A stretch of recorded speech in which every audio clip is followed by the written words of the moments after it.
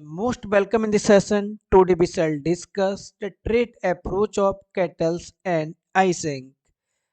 आज इस वीडियो में हम बात करेंगे व्यक्तित्व के सील गुण उपागम में कैटल और आइजैंग की क्लासिफिकेशन को, जो कि मोस्ट इम्पॉर्टेंट टॉपिक है आपका बीएड एमएड के साथ साथ NTA NET JRF UP TET C TET super TET और अदर कॉम्पिटिटिव एग्जाम जो टीचिंग से रिलेटेड हैं, चाहे वो आपका किसी भी स्टेट का टीचर्स एलिजिबिलिटी टेस्ट हो या चाइल्ड डेवलपमेंट के क्वेश्चन जहां पर आपसे पूछे जाते हैं, वहाँ पर पर्सनालिटी आपका मोस्ट इम्पॉर्टेंट टॉपिक है और आपके लिए बेनिफिशियल होगा। इसके साथ साथ पीजीटी एजुकेशन और अदर हायर एग्जामिनेशन जो कि एजुकेशन सब्जेक्ट से रिलेटेड हैं, वहाँ आपके लिए बेनिफिशियल होगी। प्रीवियसली वीडियोस में हमने बात की थी meaning of traits, properties of trait या आलपोर्ट के क्लासिफिकेशन के बारे में, जिसका लिंक आपको डिस्क्रिप्शन बॉक्स में प्रोवाइड कर दिया जाएगा। इसके साथ साथ आप और प्रीवियसली वीडियोस को एक्सेस करने के लिए प्लेलिस्ट को एक्सेस कर सकते हैं। चलिए आज हम बात करते हैं कैटल्स की क्लासिफिकेशन की। Raymond Bernard Cattell's trait theory, इसका सेकंड नाम हम बोल सकते हैं Cattell's factorial theory of personality. इसका एक और नाम है आपका Cattell's trait theory of personality, या हिंदी में हम इसको बोलते हैं कैटल का प्रतिकारक व्यक्तित्व विशेषक सिद्धांत। देखो, जब हम बात करते हैं ट्रेड थ्योरी की, तो आलपोर्ट के बाद में सबसे ज़्यादा मोस्ट इम्पॉर्टेंट जो नाम है वो है कैटल का। इन्होंने अपना कंट्रीब्यूशन ट्रेड थ्योरी में बहुत ज़्यादा दिया है। इन्होंने भी इस थ्योरी को बहुत डिटेल में एक्सप्लेन किया है और आलपोर्ट के बाद में बहुत ज़्यादा वर्क किया है। इन्होंने जो आलपोर्ट ने 18,000 ट्रेड्स बताए थे, उनमें से 4500 ट्रेड्स को चुनने के बाद में कुल मिलाकर इन्होंने उसके सिनोनियम के बेस पर 200 कर दिया था। और इसके बाद में फैक्टर एनालिसिस के थ्रू या इंटर कोरिलेशन के थ्रू इन्होंने उनके नंबर्स कर दिए 35, और उसके बेस पर इन्होंने इस अपनी थ्योरी को आगे बढ़ाया है। और इसके बाद भी कैटल ने जो आपके ट्रेड्स हैं उनको और भी सब डिवीज़न में किया है। ठीक है, तो जब हम बात करते हैं कैटल की, तो कैटल कौन है? Another propounder of trade theory of personality. ये आपके आलपोर्ट के बाद में अग्रणी प्रतिपादक हैं सील गुड सिद्धांत की। He defined that trait is the structure of personality inferred from behavior in different situation। ठीक है, इन्होंने परिभाषित किया कि ट्रेट क्या है। ट्रेट आपका स्ट्रक्चर ऑफ पर्सनालिटी है, हमारे व्यक्तित्व की एक संरचना है जो विभिन्न प्रकार की परिस्थितियों में हमारी बिहेवियर, हमारे व्यवहार में प्रदर्शित होती है। और यहाँ पर कैटल ने मेनली दो टाइप के ट्रेड्स को बताया है। इसके बाद में इन्होंने और भी सब क्लासिफिकेशन किए हैं, तो हम उनकी आगे बात करेंगे। ठीक है, तो इन्होंने जो मेन दो पार्ट बताए हैं वो बताए हैं आपकी सरफेस ट्रेड, जिसको हम बोलते हैं सतही सील गुण। दूसरा बताया सोर्स ट्रेड, जिसको हम बोलते हैं मूल या स्रोत सील गुण। ठीक है, इन दोनों को इन्होंने डिटेल में एक्सप्लेन भी किया है। तो कैटल ने क्या किया था स्टार्टिंग में? देखिए, कैटल ने आलपोर्ट के 18,000 में से जो ट्रेड्स थे, ठीक है, 4500 ट्रेड्स को ऑप्ट किया। इसके बाद फैक्टर एनालिसिस और इंटर कोरिलेशन के बाद में इन्होंने 35 फैक्टर्स पर वर्क किया। ठीक है, इन्होंने जो अपने ट्रेड्स हैं सील गुण हैं उनको दो भागों में डिवाइड किया है। पहला आपका सरफेस ट्रेड, जिसको हम बोलते हैं सतही सील गुण, और दूसरा है आपका सोर्स ट्रेड, जिसको हम बोलते हैं स्रोत या मूल सील गुण। ठीक है, तो जब हम बात करते हैं सरफेस ट्रेड की, can be easily recognized by overt manifestation of behavior are called surface trait as curiosity, integrity, tactfulness and dependability। ठीक है, देखो जब हम बात करते हैं किसकी, जब हम लोग बात करते हैं सरफेस ट्रेड की, ठीक है, तो वो ट्रेड सरफेस ट्रेड आपके होते हैं जिनको हम डेली रूटीन में या हमारे डेली की जो हैबिट्स होती हैं या हमारा जो बिहेवियर होता है, जिसको बहुत ईज़िली हम रिकॉग्नाइज़ कर सकें, ईज़िली पहचान सकें। फॉर एग्ज़ाम्पल हमारी सोसाइटी में, ठीक है, हमारे आस-पड़ोस में जो इंडिविजुअल्स रहते हैं, तो उनके बिहेवियर को देखकर हम ईज़िली जज कर लेते हैं कि उसकी जो पर्सनैलिटी है, उसके अंदर जो कैरेक्टरिस्टिक हैं, उसके अंदर जो क्वालिटी है, क्यूरियोसिटी या जिज्ञासा कितनी है, ठीक है? कितना उसके पास टैक्टफुलनेस है, ठीक है? चतुराई कितनी है उसके पास, ठीक है? इस तरह की जो चीज़ें होती हैं जिनको हम बहुत ईज़िली रिकॉग्नाइज़ कर सकते हैं। जैसा कि नाम से स्पष्ट है, सरफेस, ठीक है? सरफेस का मतलब क्या होता है? सतह, ठीक है?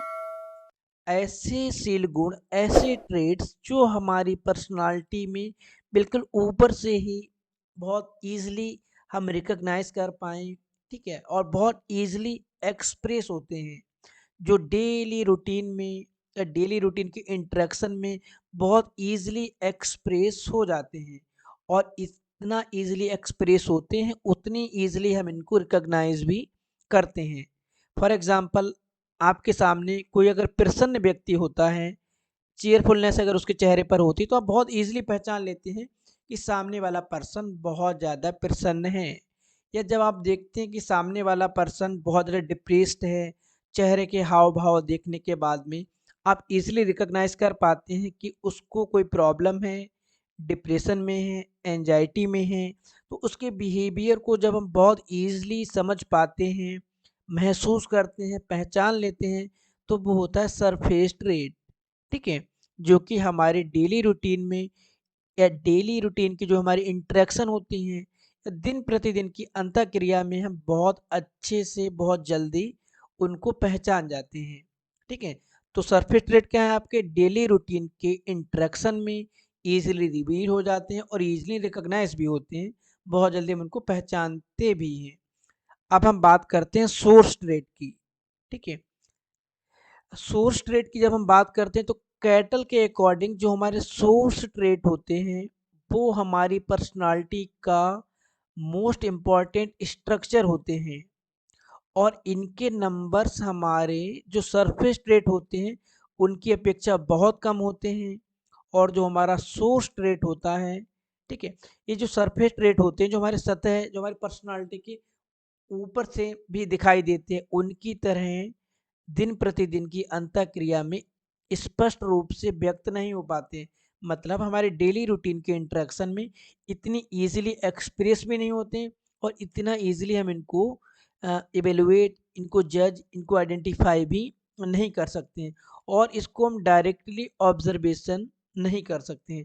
कैटल के अकॉर्डिंग जो हमारे सोर्स ट्रेट होते हैं, जो कि हमारे मूल शील गुण हैं, वो हमारे क्या हैं? वो हमारी पर्सनैलिटी की इनर स्ट्रक्चर होती है या इंटरनल स्ट्रक्चर होती है, जिसके बारे में हमको ज्ञान कब होता है? जब हम उसके साथ मिलने की कोशिश करते हैं या उसके साथ सरफेस ट्रेट मिलाने की कोशिश करते हैं। फॉर एग्जांपल जब हम बात कर लेते हैं यहाँ पर, एक हमारा यहाँ पर ट्रेट है क्या? सामुदायिकता, जिसको हम बोलते हैं ग्रीगरियनियस, ठीक है? दूसरा आपका निस्वार्थता, अनसेल्फिशनेस। अगला आपका हो जाता है ह्यूमर, हास्य। ये तीनों क्या है आपके? ये तीनों आपके हैं सरफेस ट्रेट। लेकिन जब हम इन तीनों को मिला देंगे, ठीक है, जो आपको डायग्राम दिख रहा है यहाँ पर, ठीक है, इन तीनों को जब हम मिला देंगे तो हमारा ये हो जाएगा सोर्स ट्रेट, ठीक है। क्यों? क्योंकि यहाँ पर बन जाता है हमारा एक नया ट्रेड, जिसको हम बोल सकते हैं फ्रेंडलीनेस, जिसको हम बोल सकते हैं मित्रता, ठीक है। तो जो मूल सील गुण है हमारा, एक्सप्रेशन सरफेस ट्रेड के रूप में ही होती है, लेकिन ये हमारे जो होते हैं ट्रेड इंडिकेटर का काम करते हैं। एक बार देखते हैं हम यहाँ पर, ठीक है। Source traits and underlying structure that determine the behaviour of our individual, ठीक है। तो जब हम बात करते हैं क्या? Source traits and the underlying structure that determine the behavior of our individual। मूल स्रोत, मूल शील गुण या स्रोत शील गुण एक अंतर्निहित संरचना है या हमारी पर्सनालिटी का एक इंटरनल पार्ट होता है, इंटरनल बिहेवियर होता है, ठीक है। They are inferred from behaviour, जो कि हमारे व्यवहार में परिलक्षित होते हैं या जो कि हमारे बिहेवियर में रिवील होते हैं या जो कि हमारे बिहेवियर में एक्सप्रेस होते हैं। Dominance and emotionality are source trait. जब हम बात करते हैं प्रभुत्व की और संवेगिकता की, तो ये हमारे सोर्स ट्रेट होते हैं, ये हमारे मुख्य या मूल या स्रोत। ठीक है। थ्रू फैक्टर एनालिसिस अप्रोच, कारक विश्लेषण विधि के द्वारा he stress on importance of interaction between heredity and environmental influences. ठीक है, कारक विश्लेषण विधि के द्वारा, ठीक है, इन्होंने माना है कि व्यक्तित्व के विकास में आनुवांशिकता के साथ साथ में पर्यावरण प्रभाव का भी अध्ययन पड़ता है। ठीक है, तो सोर्स ट्रेट आपके यहाँ पर क्या है, इन्होंने माना है कि source trait are more important part of our structure of personality. और जो हमारा सोर्स ट्रेट होता है सरफेस ट्रेट की तरह ही डेली रूटीन के वर्क में रिवील इजीली नहीं हो पाती है। ठीक है, इसके बाद में क्या था, अब इन्होंने अपना जो सोर्स ट्रेट है आपका, जो सतहशील गुण है आपके, ठीक है, उनको क्या किया, टू पार्ट में डिवाइड किया। पहला आपका इन्वायरमेंटल मोल्ड ट्रेट्स, दूसरा है कॉन्स्टिट्यूशनल ट्रेट्स। ठीक है, पहला जो है आपका इन्वायरमेंटल। ठीक है, इन्वायरमेंटल में इन्होंने क्या बताया, इन्वायरमेंटल मोल्ड ट्रेट, इसको हम बोलते हैं पर्यावरण प्रभावितशील गुण। यहाँ पर इन्होंने हेरिडिटी की अपेक्षा इन्वायरमेंटल फोर्सेस को ज़्यादा प्रभावी माना है। और दूसरा जो आपका कॉन्स्टिट्यूशनल है, जिसको हम बोलते हैं हिंदी में स्वाभाविक शील गुण, यहाँ पर वातावरण या इन्वायरमेंटल फोर्सेस की अपेक्षा हेरिडिटी के इफेक्ट को ज़्यादा माना है। ठीक है, तो इन्होंने क्या बताया कि जो हमारे सोर्स ट्रेट होते हैं वो टू कैटेगरी में डिवाइड होते हैं। एक आपका इन्वायरमेंटल मोल्ड ट्रेट्स, जिसको हम बोलते हैं पर्यावरणीय प्रभावितशील गुण, जिसके ऊपर हेरिडिटी की अपेक्षा इन्वायरमेंटल फोर्सेस का वेट ज़्यादा होता है, तो वो आपके होते हैं इन्वायरमेंटल फोर्स। जब हम बात करते हैं कॉन्स्टिट्यूशनल स्वाभाविक की, तो इसके ऊपर वातावरण या हमारे इन्वायरमेंट की अपेक्षा हेरिडिटी या हमारे वंशानुक्रम, ये हमारी आनुवांशिकता का ज़्यादा इफेक्ट पड़ता है। ठीक है, इसके बाद हम आगे बढ़ते हैं। इन्होंने बात की है आलपोर्ट की तरह ही कॉमन और यूनिक ट्रेड्स की भी। ठीक है, कॉमन और यूनिक ट्रेड्स की भी। देखो, आलपोर्ट के अकॉर्डिंग यहाँ पर कैटल ने भी माना है कि हमारे सीलवुड, इन्होंने ये दूसरा क्लासिफिकेशन है आपका, पहले मेनली इनके दो ही हैं, सरफेस और सोर्स ट्रेड। ठीक है, अब हम बात कर लेते हैं दूसरी क्लासिफिकेशन की, जहाँ पर इन्होंने माना है कि कॉमन ट्रेड्स और यूनिक ट्रेड्स। कॉमन ट्रेड्स को हम लोग बोलेंगे यहाँ पर क्या, कॉमन ट्रेड जो हमारे होते हैं उनको हम बोलेंगे सामान्यशील गुण, और जो हमारे यूनिक है उनको हम बोलेंगे अनन्यशील गुण। ठीक है, अब इन्होंने देखो बताया था कि जो हमारे सामान्यशील गुण होते हैं, जो कॉमन ट्रेड्स होते हैं, वैसे शील गुण या वैसे ट्रेड्स जो कि कम या अधिक मात्रा में सभी व्यक्तियों में पाए जाते हैं। और जो हमारे यूनिक ट्रेड्स होते हैं, ठीक है, ये हमारे ऐसे ट्रेड्स, ऐसे शील गुण होते हैं जो बहुत कम व्यक्तियों में या एक व्यक्ति को छोड़कर किसी अन्य व्यक्ति में नहीं पाया जाता। कहने का मतलब, आप किसी सोसाइटी में रहते हैं तो ये आपका हर व्यक्ति में नहीं पाया जाता है। फॉर एग्जांपल, जैसे हमने माना था आलपोर्ट की थ्योरी में, जो आपका था क्या, पहला वाला कार्डिनल ट्रेड, जो कि प्रत्येक व्यक्ति में नहीं पाया जाता था। तो हमारा इन्होंने बताया दो क्लासिफिकेशन और common traits. There are certain traits which are found widely distributed in general population. यहाँ पर वो ट्रेड्स जो सामान्यतः प्रत्येक पॉपुलेशन, प्रत्येक इंडिविजुअल, प्रत्येक पर्सन में रिवील होते हैं, उनमें पाए जाते हैं, कॉल्ड कॉमन ट्रेड्स, जिनको हम सामान्य शील गुण कहते हैं। For example, honesty, aggression, cooperation, ईमानदारी, आक्रामकता और सहयोग, जो कि आपने देखा होगा इजिली हर व्यक्ति में पाए जाते हैं। ठीक है, और अगला है आपका यूनिक ट्रेड, जिसको हम बोलते हैं अनन्यशील गुण, possessed by particular person as temperamental traits, emotional reaction and energy। यहाँ पर देखो, अब आप बात करते हैं किसकी, यूनिक ट्रेट की, अनन्यशील गुण की। तो यहाँ पर क्या होता है, बहुत कम व्यक्ति में पाया जाता है। कैटल के अकॉर्डिंग अनन्यशील गुण या जो हमारे यूनिक ट्रेट्स हैं, फॉर एग्जांपल इंटरेस्ट, जिसको हम बोलते हैं रुचि, और एटीट्यूड, मनोवृत्ति, के क्षेत्र में अधिक देखने को मिलता है। फॉर एग्जांपल यहाँ पे ले लेते हैं, जैसे कोई पर्सन है आपका, उसको क्या है, स्काई में या खुले आकाश में पक्षियों के समूह को उड़ते हुए देखने में रुचि हो सकती है। क्या? खुले आकाश में पक्षियों के जो झुंड उड़ते हैं, उनको देखने में रुचि हो सकती है।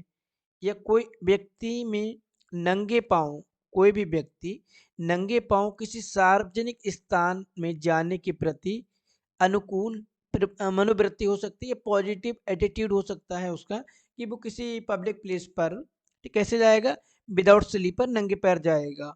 तो इस तरह के जो हमारे इंटरेस्ट हैं, जो हमारे एटीट्यूड हैं, बहुत कम लोगों में पाए जाते हैं। क्यों? अब बताइए, आप खुद बताइए कि 100 बच्चे हैं आपकी क्लास में, तो कितने बच्चों की रुचि होगी कि वो आकाश में उड़ते हुए पक्षियों को देखेंगे, या कौन से ऐसे बच्चे होंगे जो पब्लिक प्लेस पर विदाउट स्लीपर जाएंगे। तो ये आपकी हर व्यक्ति में नहीं पाए जाते हैं। इसके बाद में कैटल ने एक क्लासिफिकेशन और दिया था, इन्होंने और बताए थे कि ट्रेड्स, एबिलिटी ट्रेड्स जिनको हम बोलते हैं क्षमताशील गुण, टेम्परामेंट ट्रेड चित्त प्रकृतिशील गुण, और डायनामिक ट्रेड्स गतिशील गुण, इनकी भी बात की थी। तो इन्होंने माना था कि जो एबिलिटी ट्रेड्स हमारे होते हैं, कोई भी पर्सन जब होता है, उसके जो गोल होते हैं उनको अचीव करने के लिए प्रभावी ढंग से कार्य करने में सक्षम होता है। तो वहाँ पर एग्जाम्पल है आपका इंटेलिजेंस। इंटेलिजेंस एक एबिलिटी ट्रेड्स हैं, या उसका बेस्ट एग्जाम्पल है। क्यों? क्योंकि इसके थ्रू जब हम गोल हम डिसाइड करते हैं, उसको हम इजीली गेन कर सकते हैं। अगला है आपका टेम्परामेंटल ट्रेड्स, चित्त प्रकृति शील गुण। ऐसे शील गुण होते हैं, ऐसे ट्रेड्स होते हैं जो किसी भी पर्सन की पर्सनालिटी में, जनरल स्टाइल में रिवील होते हैं। एक इनकी टेम्पो होता है, इनका एक गति होता है। ये कहने का मतलब, टेम्परामेंटल ट्रेट्स आपके बेसिक ट्रेट्स होते हैं जो ये बताते हैं कि कोई व्यक्ति अपने गोल, अपने टारगेट की तरफ किस तरह से आगे बढ़ता है, उसका बिहेवियर किस टाइप का है, उसका एनर्जी लेवल क्या है, और उसकी इमोशनल रिएक्शन क्या है वहाँ पर, या इमोशनल रिएक्टिविटी क्या है। इसके एग्जाम्पल हैं आपके। और आपका लास्ट बचता है डायनामिक। इसको इन्होंने मोस्ट इम्पॉर्टेंट माना है, डायनामिक ट्रेट्स को। क्या? कि ये उन मोटिवेशंस में से एक होता है जो हमारे बिहेवियर को फॉरवर्ड करता है आगे। अब हम आगे बात कर लेते हैं इसके बाद में आइजेंक की पर्सनालिटी थ्योरी को। हम लोग बात कर लेते हैं यहाँ पर आइजेंक के पर्सनालिटी थ्योरी की। इन्होंने जो अपनी थ्योरी दी है व्यक्तित्व का सिद्धांत, जिसको हम टाइप कम ट्रेट दोनों में रखते हैं, ठीक है। तो यहाँ पे जब हम बात करते हैं आइजेंक की पर्सनालिटी की थ्योरी की, तो आइजेंक ने जुंग के इंट्रोवर्जन और एक्सट्रोवर्जन, अंतर्मुखी और बहिर्मुखी को टेस्ट करने के लिए, उसको प्रूव करने के लिए, इन्होंने 1947 में साइकोलॉजिकल करेक्टरिस्टिक के बेस पर पर्सनालिटी के 3 टाइप को बताया था, और तीनों टाइप इनके बाइपोलर थे, ठीक है। फॉर एग्जांपल जो जुंग का अंतर्मुखी बहिर्मुखी अलग अलग टाइप थे व्यक्तित्व के, इन्होंने उनको एक ही बताया था, ठीक है।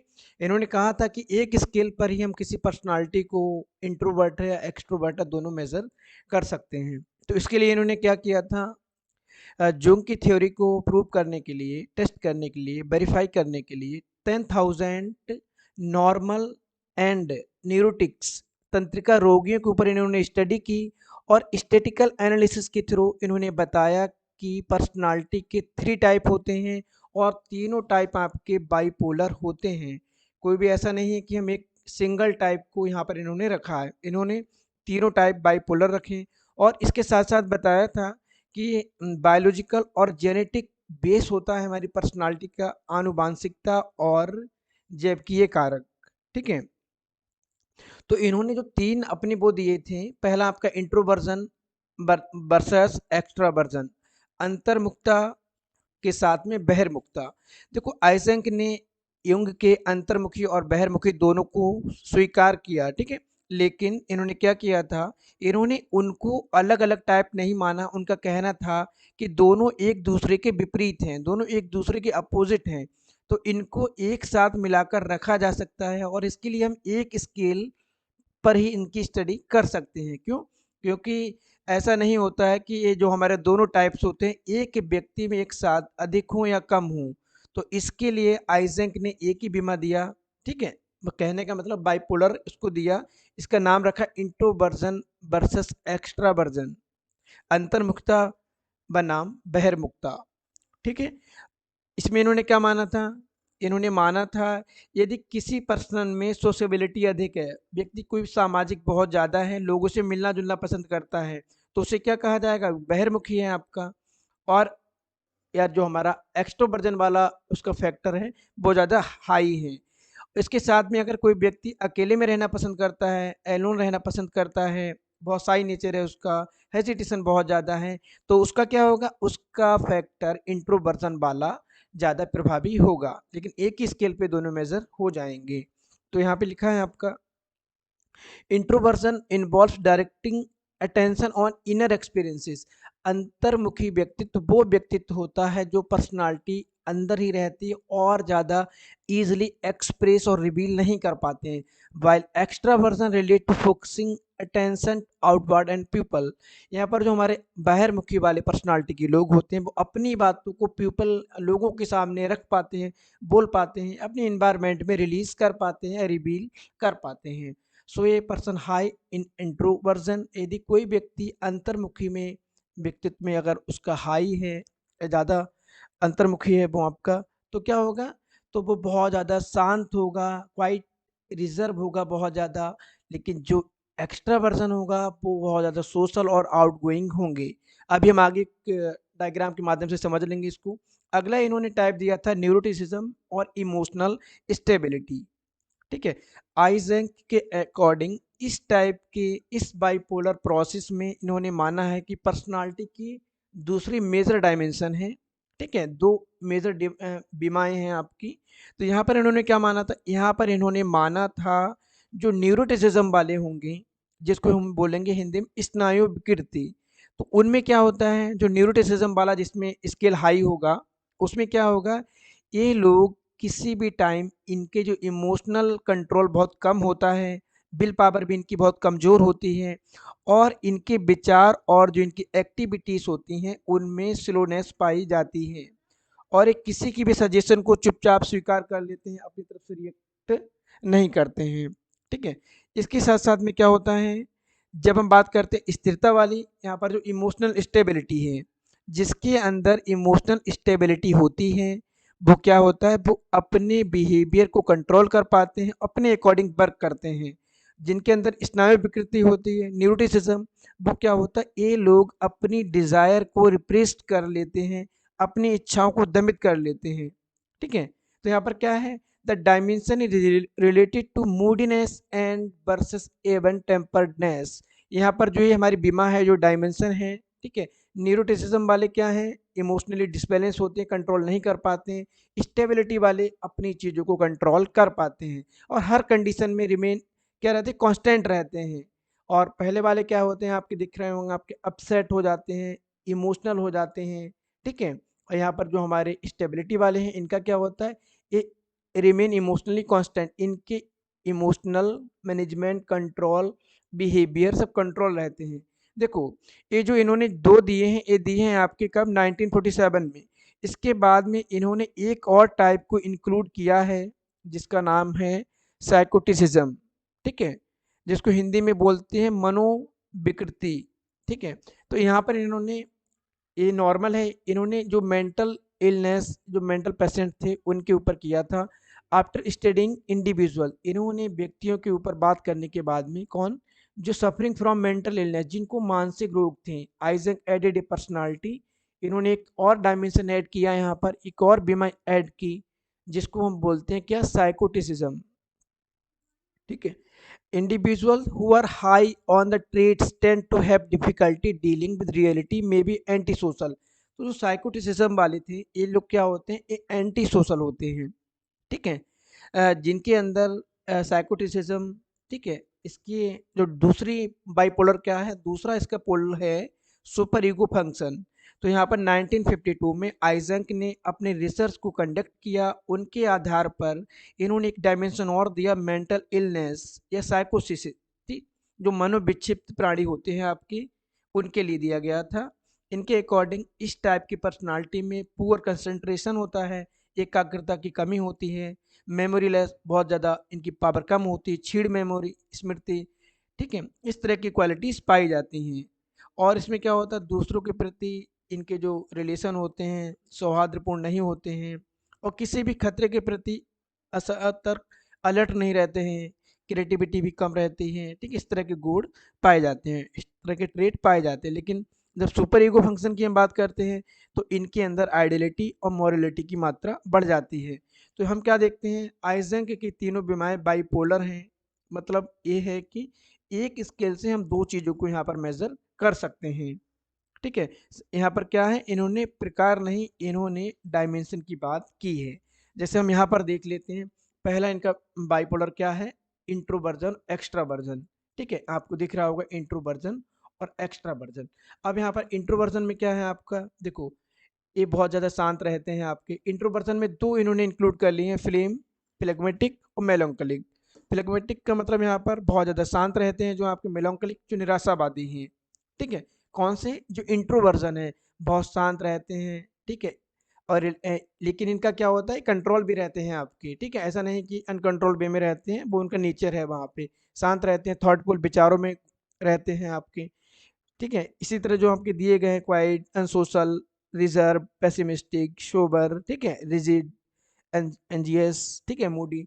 और इधर हम आपके आपके दिए हैं एक्स्ट्रा वर्जन वाले, leadership, careful, lively, easy going, responsive, talkative, ठीक है, इस तरह की जो क्वालिटी होती है आपके एक्स्ट्रा वर्जन में होती है। स्टेबल क्या होते हैं, स्टेबल होते हैं आपके लीडरशिप, काम, केयर फ्री, ठीक है, इवन टेम्पर्ड। दूसरा पोल आपका यहाँ पे हो जाता है कौन सा, स्टेबल और अनस्टेबल। और अगला आपका होता है साइकोटिसिज्म, ठीक है, जो आपका किसके लिए है, मनोविकृति वाले हैं, उनके लिए इन्होंने ऐड किया था बाद में। तो यहाँ पर हमने डिस्कस किया आइजेंक के क्लासिफिकेशन को। नेक्स्ट वीडियो में हम डिस्कस करेंगे थोड़ी और पर्सनालिटी से रिलेटेड बातें, कुछ मेजर फैक्ट जो अभी हमारे बचे हैं ट्रेट और टाइप थ्योरी में। इसके बाद हम individual one by one psychologist को डिस्कस करेंगे। सबसे पहले सिगमंड फ्राइड को, उसके बाद जुंग को, उसके बाद एडलर को, ठीक है। इसके बाद में हम और वीडियो को कंटिन्यू करेंगे। Thank you.